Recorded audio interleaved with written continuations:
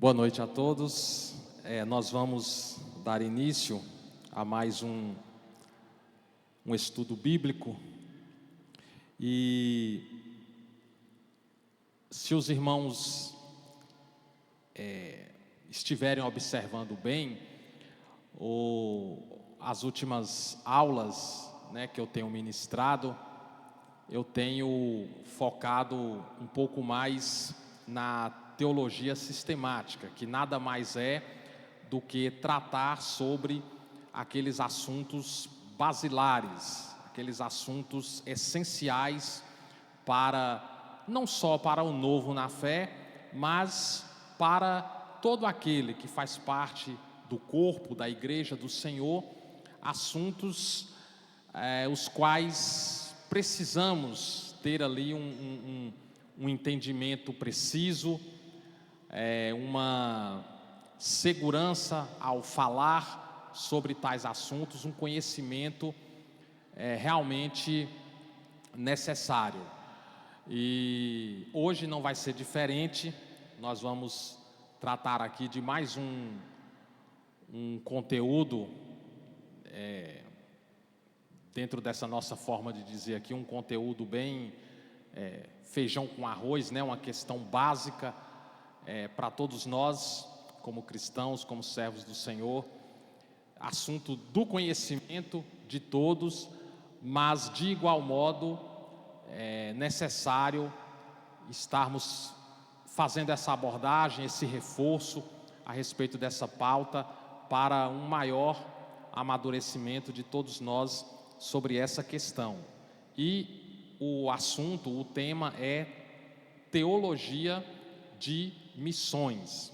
Então nós vamos falar um pouquinho sobre missão nessa noite. Eu quero começar dizendo para os irmãos que toda a revelação que nós temos na palavra do Senhor, ela apresenta um Deus misericordioso. Esse Deus misericordioso que se propõe a alcançar, ele busca alcançar o homem que está perdido. O Evangelho, no final das contas, é Deus se manifestando a esse homem perdido, a esse homem caído, oferecendo a ele duas coisas: amor e libertação. Isso é o que todo ser humano precisa, desde quando ele vem a esse mundo, desde quando ele sai do ventre de sua mãe. Toda pessoa, todo ser humano, ele carece, ele necessita do amor e da libertação que provém de Deus, o Deus criador dos céus e da terra. E toda a revelação bíblica, ela está fundamentada nisso. Essa é a mensagem do Evangelho. Deus buscando o homem pecador, transgressor. Essa mensagem central, ela está focada na pessoa de Jesus Cristo, porque Jesus é o centro de toda essa mensagem, é o sentido do Evangelho, que se propõe a fazer isso, a oferecer ao homem o seu amor e libertação.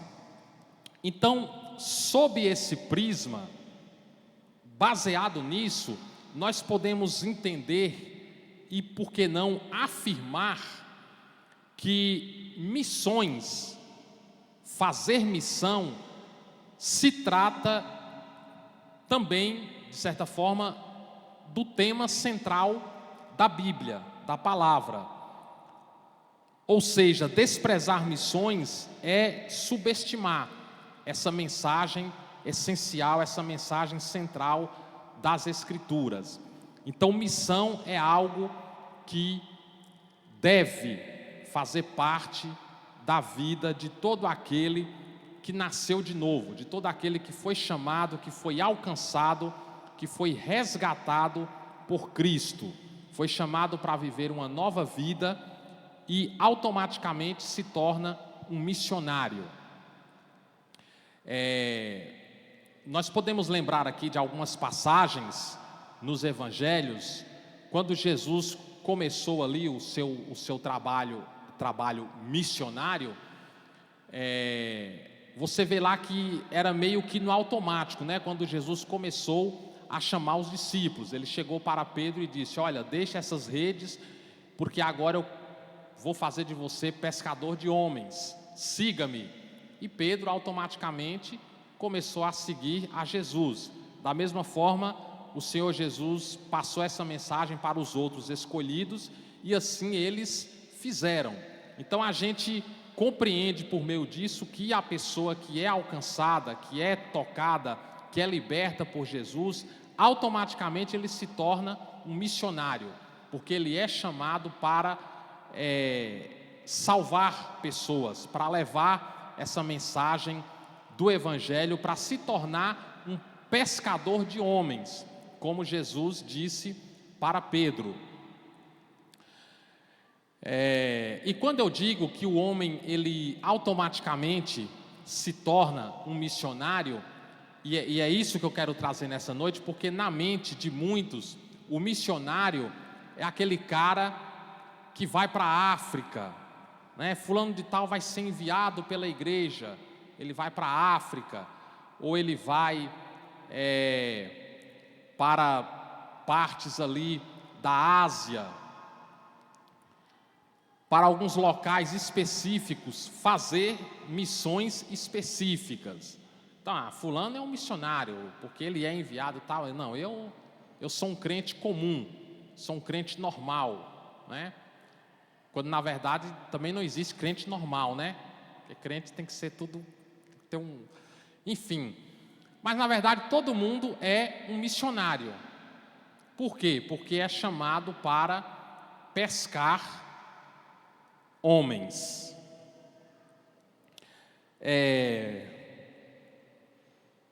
Vou trazer aqui um texto inicial, se você quiser me acompanhar aí, Gênesis capítulo 4.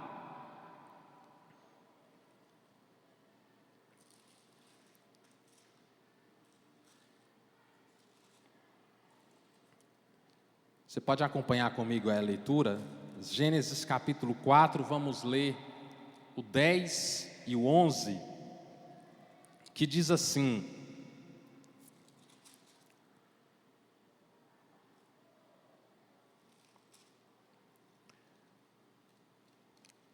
Disse o Senhor: o que foi que você fez? Escute, da terra o sangue do seu irmão está clamando. E o versículo 11: agora amaldiçoado é você pela terra, que abriu a boca para receber da sua mão o sangue do seu irmão. Essa minha tradução aqui é a NVI. Eu quero trazer esse texto para a gente iniciar aqui, porque o que tem de interessante aqui nesse texto que a gente pode observar? Deus, ele revela, e está claro aqui, desde o princípio, que o homem, o ser humano, ele é responsável pelo seu semelhante, diante dele, diante de Deus. Então, todos nós somos responsáveis pelos nossos semelhantes diante de Deus. E o que é interessante é que a voz de Deus, ela continua clamando, por conta de milhões ou bilhões, né, de pessoas que estão perecendo nesse planeta. Então aqui é aquela passagem, aquele texto, aquela história conhecida de todos a respeito do crime cometido por Caim contra o seu irmão Abel. Mas o que eu quero focar aqui é na questão da responsabilidade que ele tinha para com o seu irmão. Inclusive na sequência do texto, eu não vou ler, mas na sequência do texto, Caim ele retruca a Deus, né? Justamente dizendo para Deus que ele não tinha responsabilidade. Que tenho eu com meu irmão, né? Como se ele dissesse assim: qual foi o problema em eu ter feito isso? Mas nós temos sim responsabilidade para com o nosso próximo, o nosso semelhante. Como é que eu posso exemplificar essa questão? Você trabalha, seja você um empreendedor, seja você um autônomo, seja você um funcionário público, você tem um compromisso com aquela empresa, com aquela instituição, com aquele setor. Você tem um compromisso ali com os seus clientes, você tem um compromisso, porque quando você faz algo, você vai arrumar um aparelho, ou você está fazendo um instrumento que precisa entregar, então você precisa entregar aquilo ali no prazo, tem toda uma combinação, um combinado, né? E você vai o quê? Vai arcar com aquele compromisso.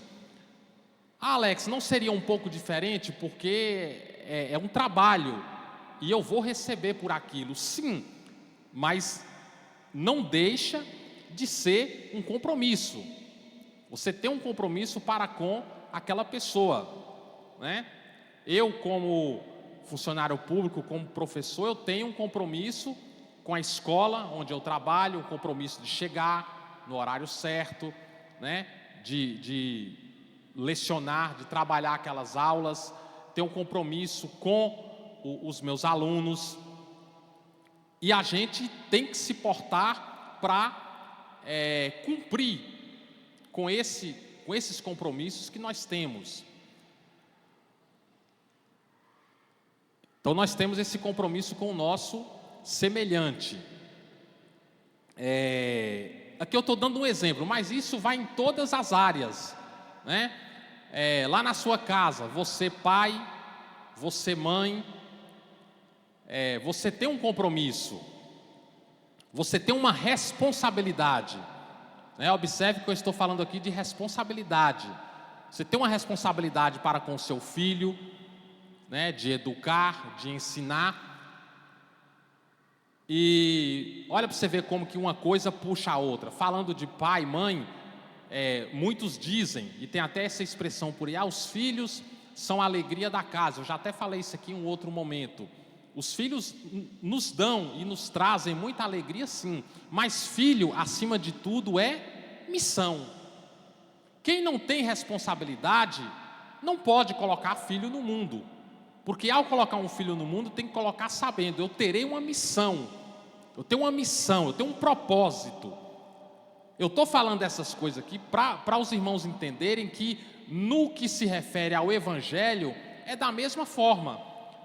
Então, vocês viram, a irmã pregou aqui domingo falando sobre o egoísmo, sobre o orgulho.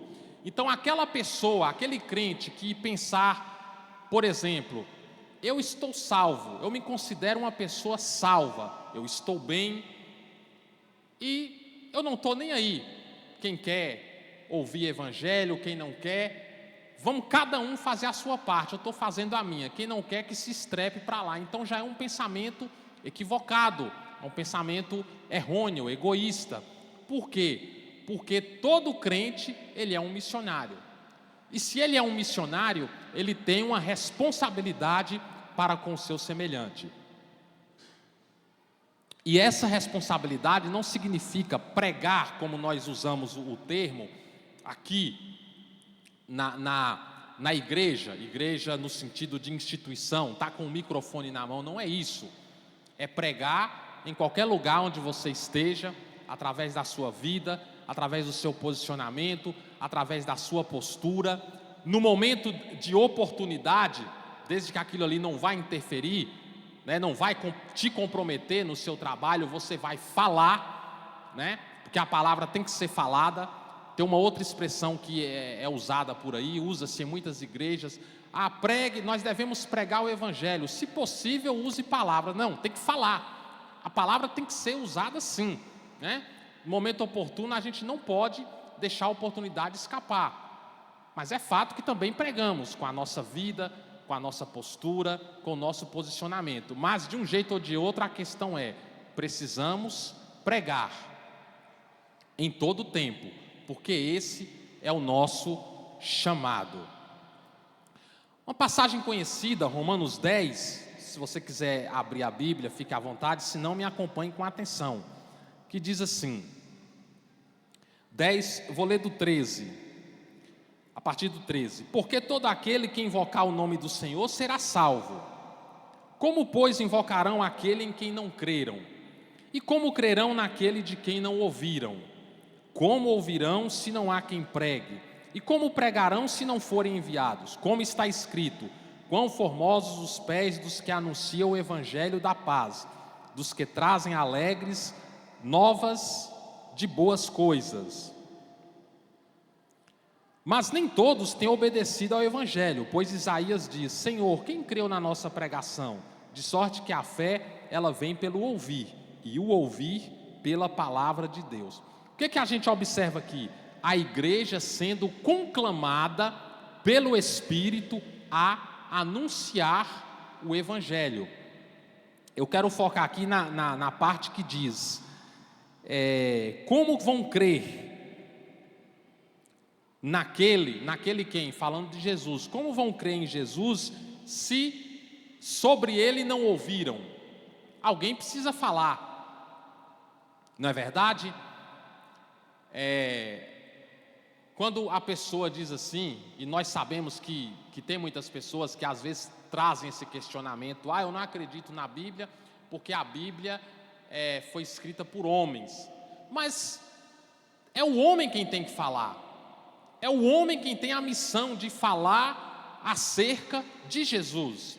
Embora no Salmo de número 19, se não estou enganado, acho que é o 19, nós temos ali uma menção aos dois tipos de revelações a respeito de Deus, que é a revelação geral, onde ele vai falar lá sobre os céus manifestando a glória de Deus, o firmamento anunciando as obras de suas mãos. Então, ao observar a natureza, ao contemplar a obra da criação, o homem já tem um motivo para acreditar que há um ser criador, organizador de todo esse mundo em que nós vivemos, né? É uma forma de se crer em Deus. E a outra revelação é a revelação por meio da palavra, por meio da lei, como é mencionado lá nesse mesmo salmo. Mas o que acontece é que alguém precisa falar. O homem pode crer no evangelho observando a natureza, sim, é uma forma pela qual Deus fala, Deus age, Deus mostra. Mas é papel, é missão do homem falar, é missão do homem declarar a respeito de Deus. E quando a gente observa a Bíblia, a Escritura ou escrituras sagradas, aqui nós temos homens trazendo uma mensagem, falando, né? Homens inspirados pelo Espírito de Deus, trazendo uma mensagem direcionada a pessoas, aos homens daquela época, daquele período, daquela geração, daquelas gerações específicas, né? Porque o Antigo Testamento aponta para um público e o Novo Testamento aponta para outro, mas essa mensagem ela também se aplica para os dias de hoje, até o fim dos tempos, né? Uma voz que ecoa, porque é Deus falando ao homem, né? E ele usou homens, então nesse sentido são homens falando, né? Então alguém precisa falar. Então como crerão se não ouvirem? E como vão ouvir se não tiver quem pregue?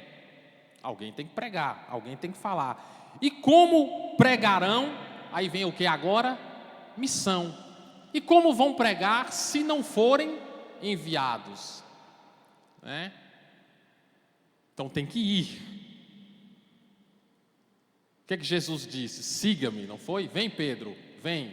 É para seguir, é para ir. Então tem um envio. Aí a palavra apontando diretamente para a questão da missão, a missão embutida aqui nesse texto. Antes da gente prosseguir, eu quero falar aqui agora sobre o termo específico, missão.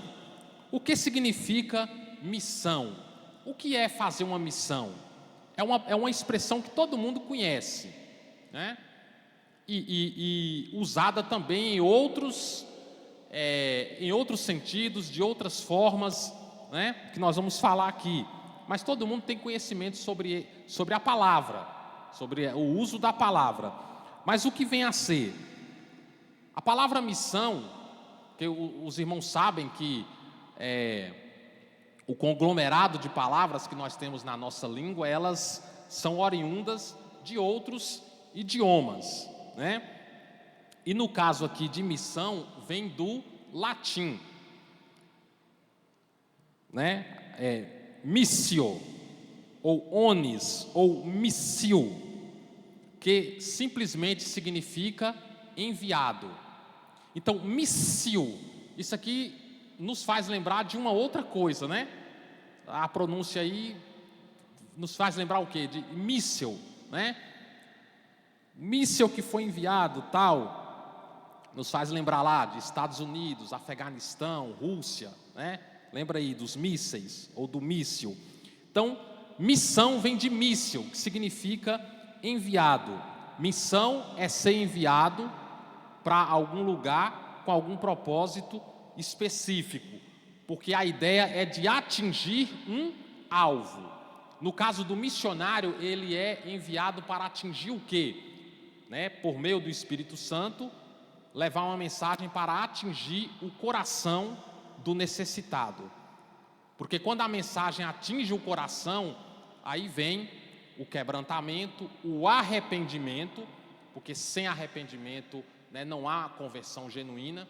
Então, depois do arrependimento, né, desse reconhecimento dos seus erros e da necessidade de um Salvador, quando a pessoa passa por esse processo, então ele recebe a graça e aí passa a andar em fé. Esse é o processo, mas para isso acontecer, tem que ter a missão. O míssil tem que ser enviado. Em uma guerra, o míssil é mandado no lugar dos soldados para atingir um determinado local. Então o míssil faz um trabalho ali mais objetivo, né? Em vez de se enviar os soldados para o campo de batalha, envia-se o míssil. Da mesma forma, o missionário é como se fosse uma bomba, aspas aí nesse bomba, como se fosse uma bomba enviada ao campo de batalha. Mas não é de fato um campo de batalha? Com certeza, né?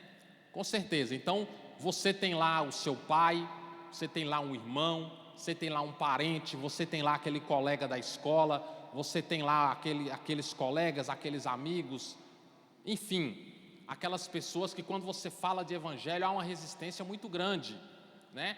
Tem aqueles que são mais drásticos que até diz para você, não, você é meu amigo, eu te respeito, mas não toca nesse negócio de crente, de igreja comigo. É uma batalha a ser travada, mas todo coração, por mais endurecido que ele seja, ele pode ser quebrado. Ele pode ser quebrado como o meu e o seu foi um dia, né? Talvez muitos de vocês aqui presentes, um dia, foram pessoas resistentes ao Evangelho, de coração endurecido, né? Não fala nesse negócio de crente perto de mim, não, esse negócio de igreja, eu não acredito nessas coisas, né? Eu, por exemplo, já fui assim, né? Mas hoje eu estou aqui como um missionário, né?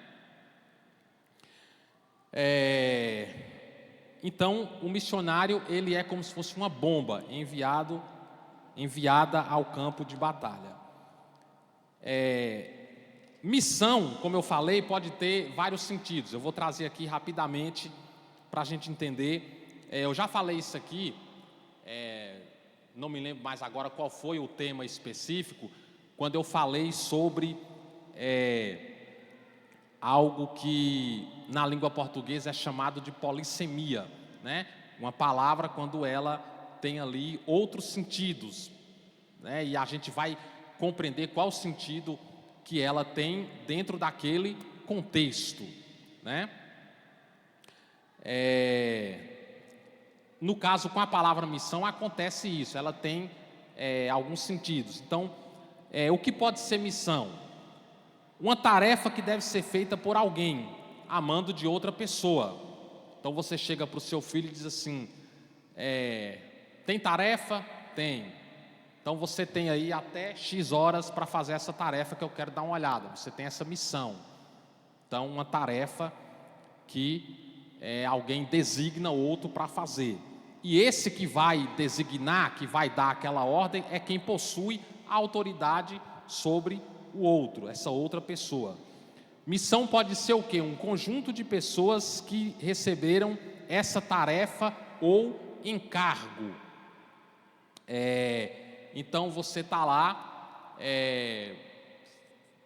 encerrando, né, concluindo ali o seu curso, a sua graduação, a sua especialização, né, seja lá o que for. Então você concluiu, recebeu aquele certificado, aquele encargo. Então você recebeu junto ali uma missão. Título, acima de tudo, é missão. Porque não adianta ter título para se exibir e não ser um bom profissional naquilo ali, naquele chamado, né? Então, é uma missão, você está recebendo uma missão ali naquele momento. A missão pode ser mais o quê? Aquilo que se deve cumprir, uma obrigação, é uma missão. O pai de família, ele tem que se virar nos 30 para levantar todo dia cedo, né? Fazer o seu trabalho e colocar o pão na mesa para a sua família. É uma missão. Missão pode ser a mais importante função dentro de uma instituição, de uma organização. Missão pode ser também a principal razão de ser, um fim, um propósito. Também tem um sentido de missão. 1 João 4,10, você pode me acompanhar ou ouvir o texto atentamente. A quem pertence a missão? 1 João 4,10 vai dizer o seguinte: nisto consiste o amor. Lembra que nós falamos lá no início, né? Um Deus que busca salvar o pecador, oferecendo-lhe amor e libertação. Então, nisto consiste o amor. Não em que nós tenhamos amado a Deus, mas em que Ele, Deus, nos amou e fez o quê? Olha a missão: enviou o seu Filho como propiciação pelos nossos pecados. Então a missão pertence a Deus. Ele é um missionário por excelência, enviou o seu Filho Jesus para salvar o mundo. E aquele texto clássico lá de João 3,16 também vai confirmar isso, que Ele é o dono da missão, né? Deus enviou o seu Filho unigênito ao mundo, para que todo aquele que nele crê não morra, não pereça, mas tenha a vida eterna. Outra coisa importante que a gente precisa entender é que o Deus da missão, Ele chama os seus missionários, mas Ele não apenas chama, Ele chama, capacita, envia e sustenta. Ele faz isso. Você pode observar lá como nós estávamos falando a respeito dos discípulos, e não é diferente com todo aquele que é chamado por esse Deus.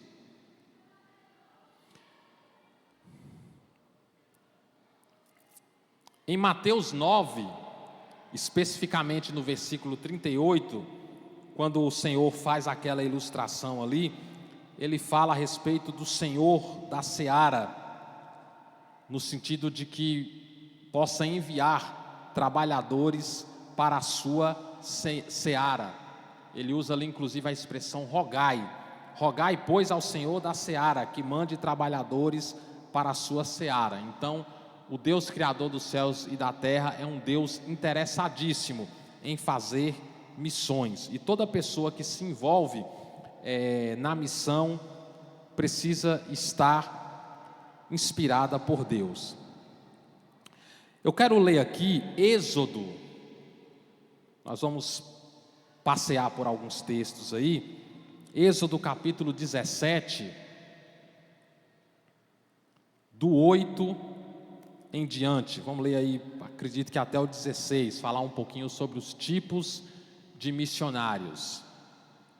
Eu creio que já ficou bem claro aí para você, que você não adianta querer fugir, porque você é um missionário, independente de título, né? Independente de um envio para uma localidade X ou para uma nação Y, mas todo crente em Jesus, ele é um missionário. E olha só o que nós vamos encontrar aqui em Êxodo 17, a partir do 8. Veio Amaleque, pelejou contra Israel em Refidim. Por isso, disse Moisés a Josué: escolhe-nos homens e sai, peleja contra Amaleque.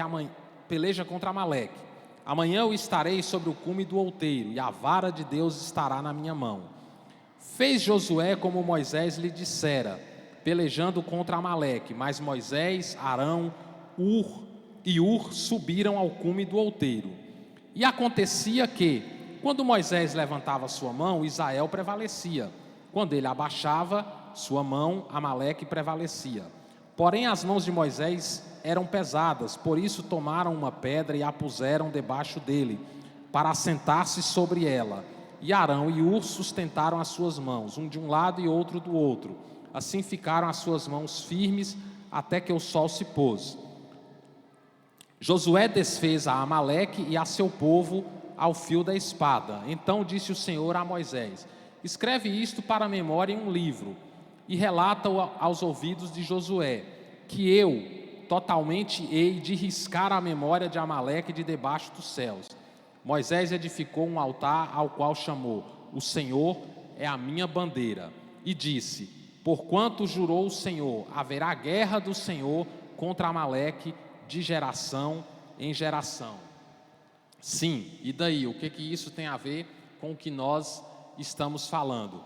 Aqui nós podemos retirar disso aqui uma lição, né, uma simbologia aqui nesse texto que vai mostrar para nós alguns tipos de missionários. Talvez possa haver outros tipos, mas os principais eu acredito que se enquadra aqui, a gente encontra aqui nesse texto, que são 3 tipos de missionários. O primeiro é Josué. Josué representa o que aqui nessa passagem que nós lemos? Josué representa o guerreiro, certo? Quem é o guerreiro? O guerreiro é quem vai ao campo de batalha. O guerreiro é quem vai bater de frente para ser usado como canal para resgatar aquele ou aqueles que necessita, é o que vai bater de frente. Na figura de Moisés, na pessoa de Moisés, nós temos aquele camarada que intercede. Moisés representa o intercessor. E a intercessão é algo fundamental também para a igreja. Nós vamos encontrar na palavra, né, algumas passagens que mostram situações de embaraço, onde a igreja reunida fazendo oração, você vai observar que houve ali um trabalhar de Deus no mundo espiritual por meio daquela oração, daquela oração conjunta, né, por parte da igreja reunida. Isso fala de intercessão, né? Isso vai falar de intercessão. Então, o missionário, ele também é um intercessor, ou intercessor, vice-versa, né? Também é um missionário. Então, você pode ser enviado diretamente ao campo de batalha, mas pode também atuar como um intercessor. Como é que eu posso dar um exemplo bem simples aqui em cima disso? Se vai ter um trabalho na localidade tal, vai um grupo de irmãos da igreja para levar a palavra ali, para falar do evangelho, e tem aquelas pessoas que não vão, né? Mas aí, ou aqui como igreja reunida, ou em nossos lares, a gente apresenta aquela situação, né? A gente apresenta a Deus para que possa iluminar aqueles irmãos que foram até o determinado local, usá-los para que a palavra, né, falada ali possa penetrar nos corações daqueles não salvos. Então você daqui intercedeu, você atuou também como um missionário, certinho? Tá dando para pegar bem aí? As crianças também estão fazendo missão lá embaixo, né? Mas vamos discernir aí. E falta quem aqui? Falta a figura de Arão e Ur, né? Que atuaram aqui como os apoiadores. como os apoiadores. E essa, irmãos, é uma palavra que a gente observa muito hoje, aí, infelizmente, usada por maus líderes, né? Que você venha ser um apoiador, e aí sai sugando e arrancando dinheiro das pessoas. Não é isso que o texto está falando. Arão e Hur, eles sustentaram, né, os braços de Moisés. Eles ajudaram como um apoiador. Então, o que seria esse apoiador dentro de uma missão a ser realizada? É aquele que coloca algo à disposição. Ele não vai, mas ele colocou algo à disposição para que aquele trabalho possa ser realizado, né? Um carro, uma moto, um aparelho, alguma coisa, enfim, um apoio. E há também o apoio no sentido financeiro, sim, de contribuição, né? Evangelho envolve dinheiro. A gente não está dizendo aqui que não é necessário dinheiro no que diz respeito ao Evangelho. O que não pode ter, como a gente observa, infelizmente, por aí hoje, é o abuso, né? É esse assalto, praticamente à mão armada, que muitos maus líderes têm realizado contra algumas pessoas, aproveitando da simplicidade, da inocência, né? De pessoas com, talvez ali, que não tem o entendimento necessário para compreender aquilo. Mas aqui a gente observa esses três tipos de missionários: o guerreiro, o que vai para o campo de batalha, o intercessor e o apoiador. E conforme eu digo isso aqui, você já faz aí uma autoanálise. Em que você mais se encaixa? Qual o seu perfil como um integrante da comunidade que você faz parte, dessa igreja que você faz parte, a Igreja do Brasil para Cristo? Seja de uma forma ou seja de outra, né, você está em uma dessas figuras aqui, você está atuando como um missionário. Mas não esquecendo, e isso já foi dito aqui, acho que pelo pastor, por outros irmãos, que a igreja, e essa é uma verdade, a igreja começa na nossa casa. A primeira missão é dentro do nosso lar, né? É lá que a gente atua primeiramente como missionário. Então é isso, você pode ser um missionário no campo onde você está, você pode interceder por missões e por outros missionários, enfim, ser um agente missionário de qualquer maneira, né? Como fazer missão? Lembra que eu disse lá no início, vai ter que ser enviado para a África? Não é isso. 2 Timóteo 4:5, o texto vai dizer assim: tu, porém, sê sóbrio em todas as coisas, suporte as aflições, faze o trabalho de um evangelista. Paulo falando a Timóteo, né? Cumpre cabalmente o teu ministério. Então não interessa se é na África, se é na sua casa, se é na comunidade, se é na rua, se é no seu trabalho, a missão tem que ser feita todos os dias. Essa questão de missão tem uma comparação que é utilizada, talvez você já até viu isso por aí, já ouviu, como uma pescaria, né? A missão sendo comparada ao ato da pescaria, porque no ato da pescaria, ao falar sobre a rede e sobre o anzol, nós temos aqui dois tipos de evangelismo a ser realizado, né? Dois tipos de missões, estratégias missionárias a serem realizadas. A rede vai falar do evangelismo público, né? E o anzol vai falar do evangelismo pessoal, do discipulado, quando você evangeliza uma pessoa face a face, levando a ela a verdade. E aí vai depender, né, do peixe, do pescador. O importante é usar a forma que seja a mais interessante e adequada. Clamor por missões revelado no Antigo Testamento.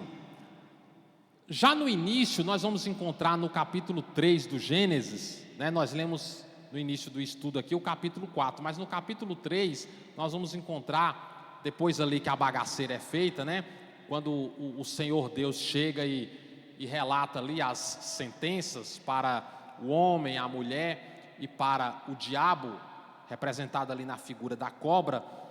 O Senhor diz ali para o diabo, para Satanás,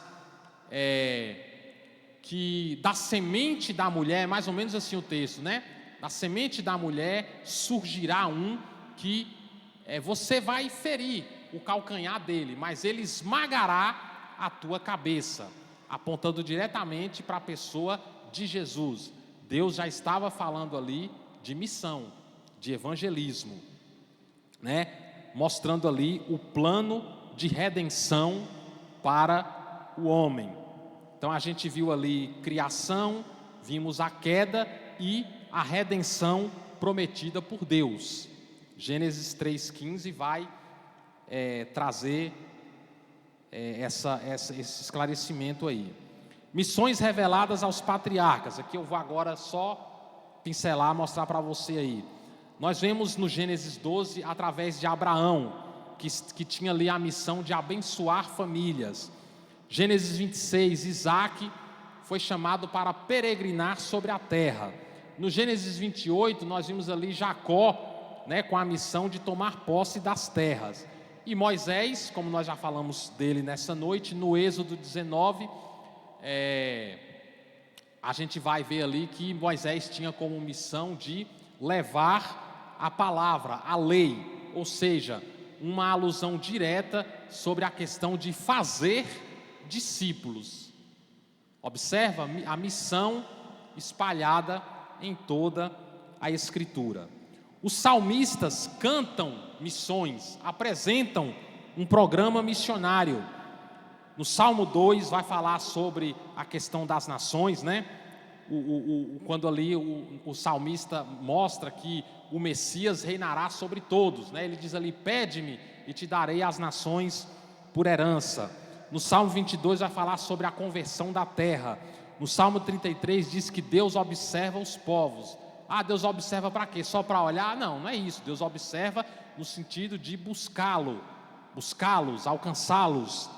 No Salmo 67 diz que todas as nações devem temer, devem conhecer ao Senhor. Então a ideia de missão passeando aí pelas Escrituras. Nós vamos encontrar também missões reveladas aos profetas, Isaías, Amós, Zacarias. Nós vamos encontrar Cristo ensinando sobre missões, Lucas 4. Nós vamos encontrar missões na prática, a respeito do crescimento da igreja. E eu vou trazer isso aqui para a gente estar concluindo.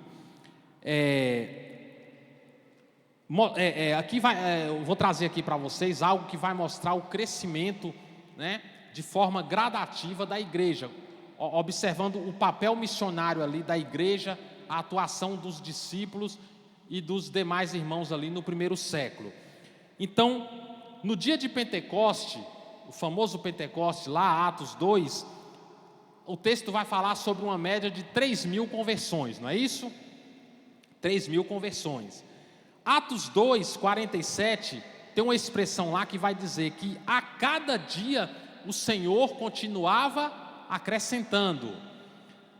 No 4, Atos capítulo 4, mais especificamente ali no episódio da cura do coxo, o texto vai dizer no versículo 4 que subiu o número para quase 5.000. Observa? No capítulo 5 de Atos, tem uma expressão que diz: crescia a multidão dos crentes. No capítulo 6 vai dizer: se multiplicava o número dos discípulos. No capítulo 8, que vai falar ali sobre a dispersão, sobre aquela perseguição que acontecia, mas apesar de dispersão e de perseguição, diz que todos os irmãos iam evangelizando por toda a parte. Então o negócio continuava crescendo. Ainda no capítulo 8 diz que o evangelho chegou a Samaria. E aí, na sequência, outros locais são mencionados: Etiópia, Roma, Grécia, a palavra alcançando os gentios, né? Os gentios, os irmãos sabem, é uma referência a todos os povos e nações fora de Israel, né? Não judeus no caso. E alguns estudiosos mais, não sei se eu posso usar esse termo, entusiasmados, dizem que a essa altura do campeonato poderia se estimular uma média ali de 100 mil membros, 100 mil pessoas como integrantes da Igreja de Jesus. A igreja é um instrumento de missões mundiais. A palavra diz que a igreja refere-se à igreja como um povo especial, né? E dentro dessa especialidade está o fato de fazer missões. Qual é a mensagem central do Evangelho, como nós falamos? A mensagem central está baseada em Jesus, né? Na questão do novo nascimento. E novo nascimento vai falar de quê? Vai falar de transformação, vai falar de regeneração, de arrependimento, como nós já dissemos, né? Que é gerado pelo Espírito de Deus quando a pessoa aceita a mensagem do Evangelho, a pessoa de Cristo como seu Salvador e como seu Senhor. E para que tudo isso aconteça, é necessário haver o quê? Um confronto. É necessário haver o quê? Missão. Como nós já dissemos, alguém vai ter que chegar e falar, vai ter que chegar e confrontar, né? Como ouvirão se não há quem fale, se não há quem pregue? Então, tem que ter o confronto, tem que ter a palavra a palavra levada àqueles que necessitam. E como nós já falamos no estudo da apologética, que nada mais é do que a defesa do Evangelho, ao defender o Evangelho e ao levar a palavra aos que necessitam, você vai levar com prudência, com temperança e tal, mas tem que ser levada, né? E se tiver que haver confronto, que haja confronto, mas a missão tem que ser feita. Lembra do míssil, né? Enviado ao campo de batalha. E a missão sendo bem realizada, né, vai gerar aí esse arrependimento, consequentemente a fé. E a fé vai falar de confiança. E eu termino dizendo que Cristo, Jesus, ele não veio ao mundo com o intuito apenas de transformar uma sociedade, né? E é isso que é pregado pelo chamado evangelho social que tem aí hoje.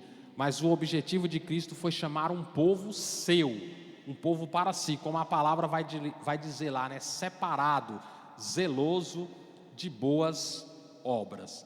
Então é isso, meus irmãos. Nós estaremos enviando um material de apoio para reforçar o entendimento aqui, mas, como eu disse lá no início, um tema já de conhecimento de todos, mas assim como vários outros temas, outros assuntos dentro da teologia sistemática, é algo que precisa a gente estar falando, relembrando e reforçando para a melhoria do nosso entendimento. E aqui nós finalizamos e Deus abençoe a todos e até a próxima.